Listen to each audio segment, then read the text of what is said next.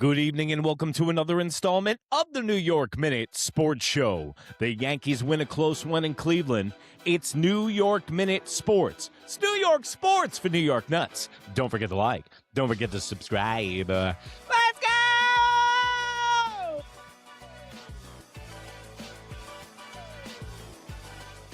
Aaron Baboon Bubbles Buffoon. Ooh, ow! Games. He has not been good in his last 15 games or since those first 5, but he's really still good getting starts. Yeah. Lie. It's New York Minute Sports. Well, there you have it, folks. Welcome to another installment of the New York Minute Sports Show. Don't forget to like. Don't forget to subscribe. Don't forget to visit the New York Nuts merch store. That's the beautiful blue link underneath the video. But hey, the Yankees win 3-2, 2 nights in a row. They win close games on the road against a winning team. Who are these guys? Without Aaron Judge, they're winning close games. And as a Yankee fan, you have to take solace in that and feel good after the last 2 wins that the New York Yankees have pulled off. Now the Yankees are a half game out of first place with the June swoon and Aaron Judge being down and the Yankees being decimated with injuries. Guys are stepping up on this team. And the way that they won in close games with the bullpen pitching well, which hasn't happened for the Yankees in a long time. Also, props to Fernando Cruz tonight on cruise control. The way that he closed that game tonight, he just proved that if Shit the Bednar goes back to his old form, that he can be the closer for the New York Yankees because he has that kind of stuff. He got the last 3 outs in the 9th inning on check swing outs. That means your breaking ball is falling off the table. He was driving the Guardians completely nuts tonight and had an amazing pitching performance. And also, our boy, Duval, got the win tonight. And Gerrit Cole started the game, and we got to talk about our boy, Gerrit Cole. Gerrit goes 4 innings pitched, 5 hits, 2 earned runs, 2 walks, and 4 strikeouts. Back-to-back bad starts. Now, I know that Gerrit Cole, his numbers don't seem as bad as they are, but are you impressed with Gerrit Cole in the last 2 starts? Now, I said it before on this show. I wanted to see how Cleveland would approach Gerrit Cole again because you remember his last start was against this same exact Guardians team, and he didn't have a good outing, and today was more of the same. So it's either 3 things. Back-to-back bad starts. Cole is still figuring it out. Cleveland has the secret sauce on Gerrit Cole, or Cole is a shadow of himself. Because we sat on this program and said, Gerrit Cole's coming back, Carlos Rodon's coming back. That's great. Wait until this starting rotation forms like Voltron. But what version of Gerrit Cole were we getting back? And I hope the last 2 starts are not indicative of the Gerrit Cole we're going to get for the rest of the season. I want the 10 strikeout performance in Kansas City Gerrit Cole. I don't know if he's working through things because, as you know, he's starting to change his approach a little bit. He's starting to implement breaking balls a little bit more into his repertoire, and now he has the changeup, and he's using the 12 to 6 o'clock curveball a lot more. Tonight, he was not efficient. He was not Gerrit Cole, and I've said it before on this program as well that Gerrit Cole doesn't need to be the number 1 starter. When Max Fried gets back, he should be the ace starter of this staff. The number 2 man should be Cam Schlittler, and then you kind of go from there. But what kind of Max Fried are we going to get back? This is why, as a baseball fan, when guys go down with injuries, you can't just plug and play. You really don't know who you're going to get back. So I hope it's just the Yankees got Gerrit Cole still on training wheels. Hopefully they are nursing and babying him back because They brought him up a little ahead of schedule because the Yankees were injured and needed that fifth-man rotation. Remember, the Yankees had a four-man rotation earlier in the year, and Gerrit Cole only had 83 pitches tonight. So you're noticing that they're hovering around anywhere between 83 to 89 pitches with Gerrit Cole. Are we going to see him go past that? Because in his career, I've seen Gerrit Cole throw 118 pitches. But is that the old Gerrit Cole? Can Gerrit Cole not throw then more than 89 pitches, or are the Yankees babying him? Let me know in the comments below what your feelings are on Gerrit Cole, because I got to admit, they're not positive right now. 4 starts so far since he's been back.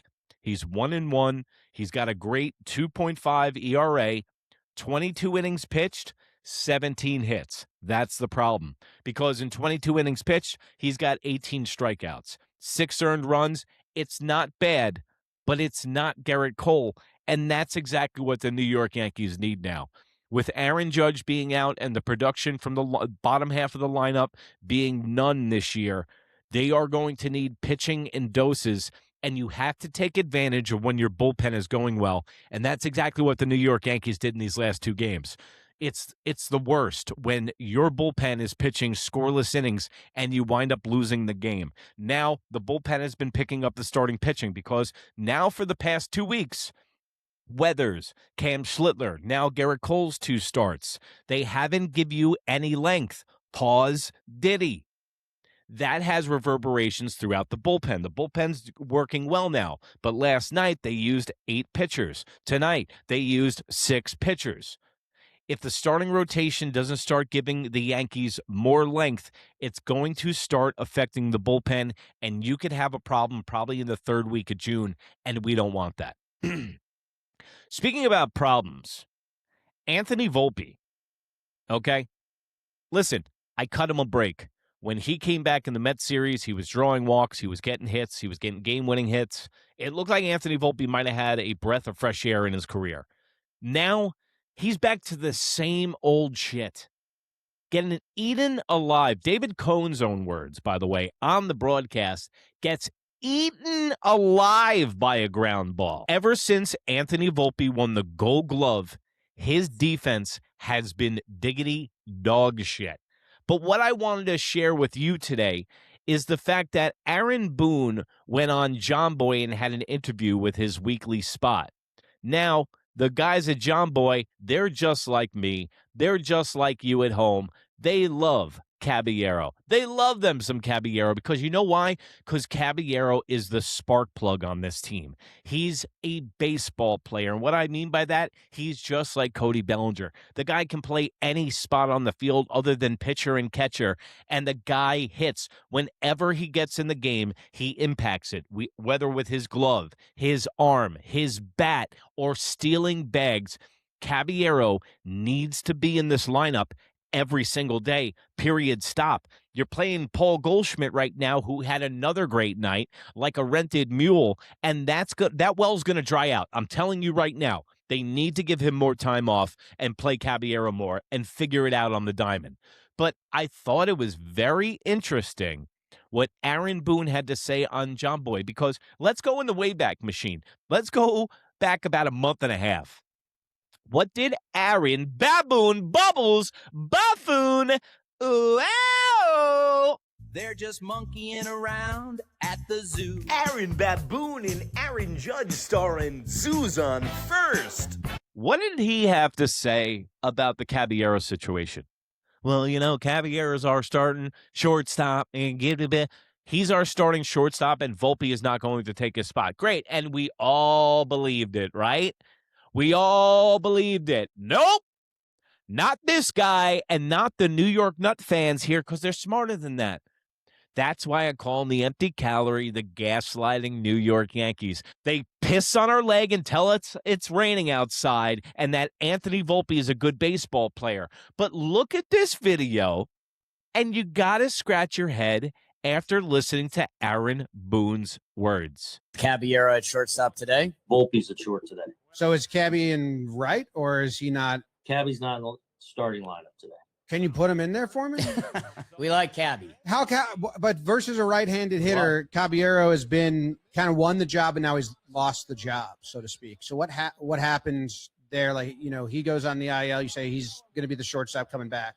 Volpe had a good first couple games. He has not been good in his last 15 games or since those first 5, but he's really still good getting in the starts. field. Yeah. Lie, lie, and lie. Boone goes, he's really good in the field. Hey, Baboon, stop eating the naters. Stop eating bananas in the dugout and open up your peepers. Because Anthony Volpe does not play a good defense. Lie, lie, and lie. I'm sorry, dude. And also, you notice how Boone answers this like a politician?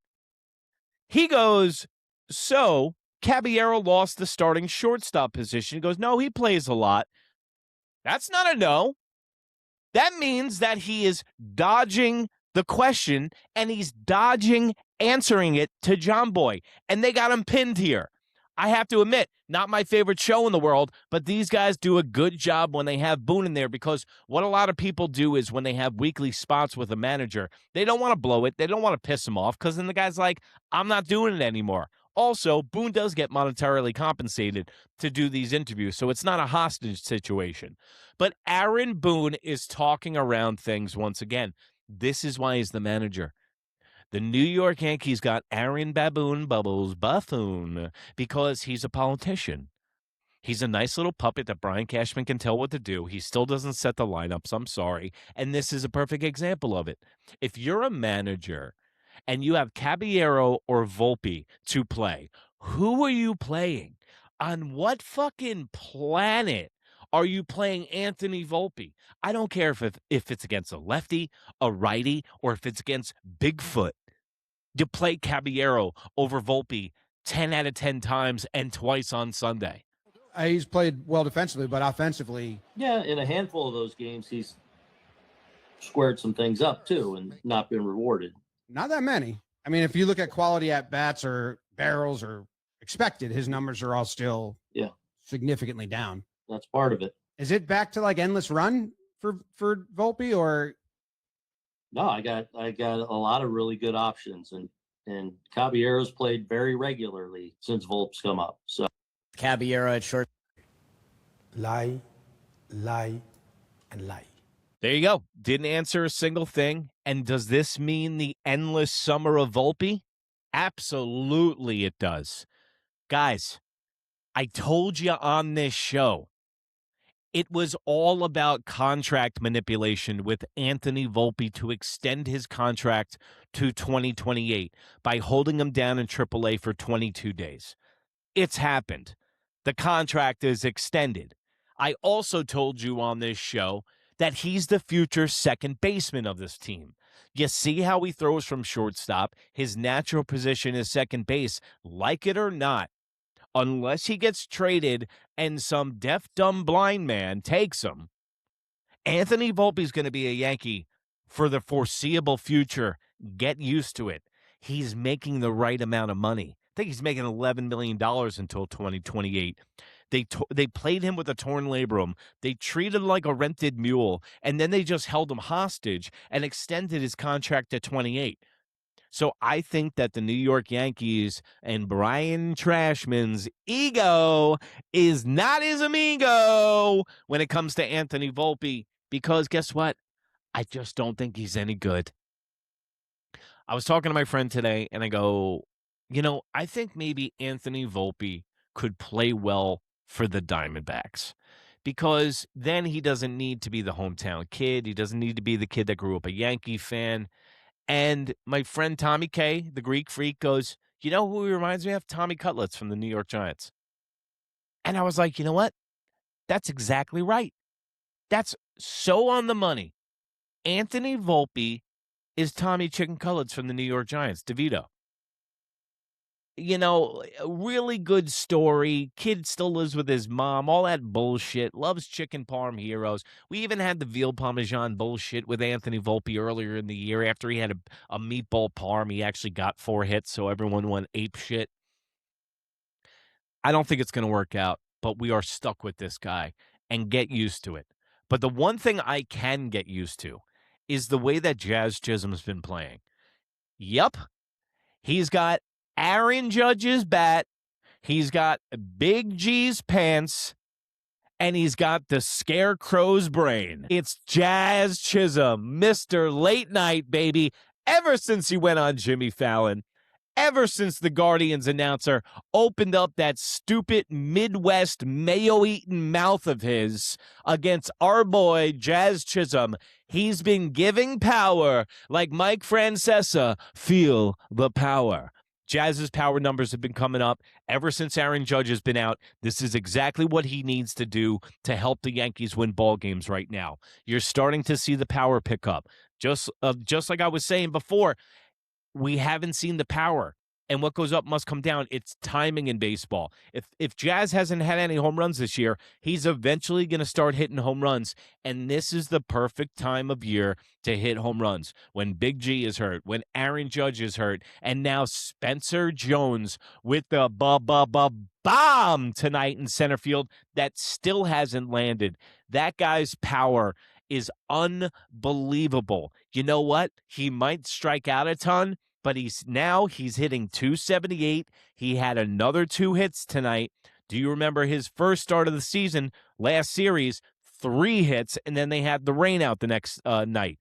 So Spencer Jones, when he came up here the first time, the pressure was on. Everybody knew he was coming up here. He faced unbelievable pitching, just like Jason Dominguez did when he came up here. And now Spencer Jones looks like he's an afterthought on the bench, and now he can start hitting. He goes on the tears like Aaron Judge does, as long as AAA is concerned. He had 35 bombs in AAA, and he had 13 straight games with a home run in AAA. So when this guy makes contact, it's a single through the infield, or it's hit to absolute batshit Pluto. So just like Aaron Judge in the beginning of his career, and I'm not saying that he's going to turn into Aaron Judge, but his frame, the way that he goes about it, his body language, the way that he slides in the outfield, reminds me of Paul O'Neill. Now, I'm not going to say that he's going to hit the same average, but hopefully he has the power to hold the Yankees over as Aaron Judge is out. And this is exactly what I was talking about, how the New York Yankees need to learn to live life without Aaron Judge come through in tight games. Hey, other than Volpe's little blip, the defense was pretty good tonight. Paul Goldschmidt continue his hot start. Looks like Ben Rice is starting to cool off a little bit. But the reason for Ben Rice's cooling off point and the correlation between that is that he's the bopper on the team now. Now he's the face of the offense, and other teams know that, so they're going to attack him accordingly. But you know what? The one thing about Ben Rice is you look at his stats tonight, he didn't have a single hit, and he doesn't have any strikeouts. They were all line-out, ground-outs. He puts contact on the ball, and that's exactly what the New York Yankees need, and that's what the Yankees have been missing for years now. So remember, tomorrow, the Yankees are playing a 1:35 game. Don't be like me. Turn your TV on at 7:05 and realize that they played at 1 o'clock, because I did that last week. So don't be me, all right? The game's at 1:35. Don't forget to put it on your radio. Don't forget, I'm going to have the Yankees post-game show right here after the game's done tomorrow, like I do for every single game. And if you're new to this channel, don't forget to like. Don't forget to subscribe. I'm here every single night with the Yankees postgame show right on New York Minute Sports. That's NEWYRKMIN, anywhere in that smoke wagon you call the information superhighway. Also, go over to the New York Nuts merch store. That's the beautiful blue link underneath the video. All T-shirts are made in the USA, just like yours truly. Also, become a New York Nut. For $1.99 a month, you get double the show for half the dough. The Monday Baseball Show, the Monday hour-long show with Mike from Pudgy Boy Sports, the New York Nuts Show on Wednesday, and I'm going to be broadcasting live and doing play-by-play as the season progresses, guys. What can you buy for $1.99 a month? Absolutely nothing, but you get me, baby. And remember, If you can't be good, be bad, baby. Good night, Canada. See you at 1:35 tomorrow. Bye. That's your boy. So He have the said word he was. goodbye. That's my boy.